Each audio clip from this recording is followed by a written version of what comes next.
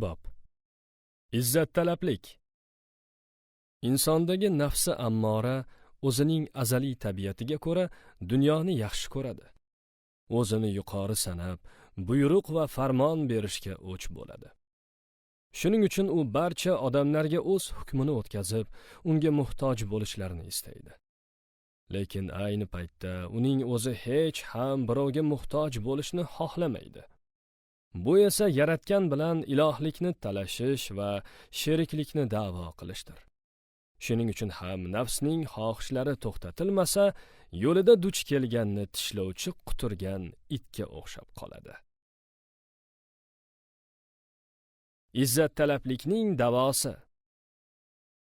Biz doimo aftodahol va kamtarin bo'lishimiz, boshqalarni o'zimizdan yaxshi deb bilishimiz, Allohning homiyligiga muhtoj holda undan panoh istashimiz va izlashimiz, amirlarga itoatkor bo'lib, bandalik burchimizni bajarishimiz zarur.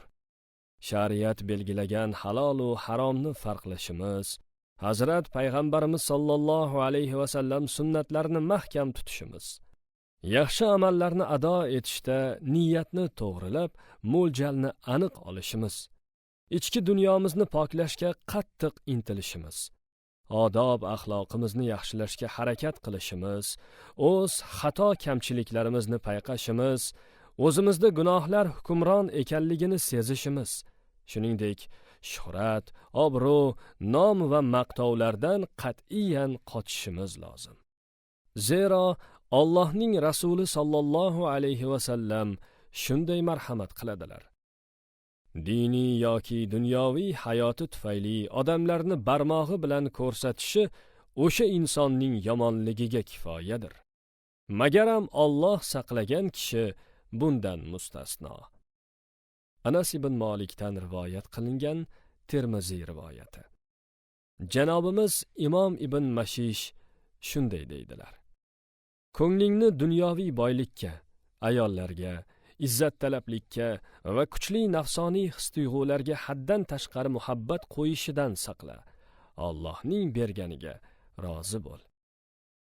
Nafsimizning sening to'playotgan mol va dunyong aslida dinning rivojiga, musulmonlarga yordam berish uchundir qabiladagi makru hiylasi ham bizni aldab qo'ymasin.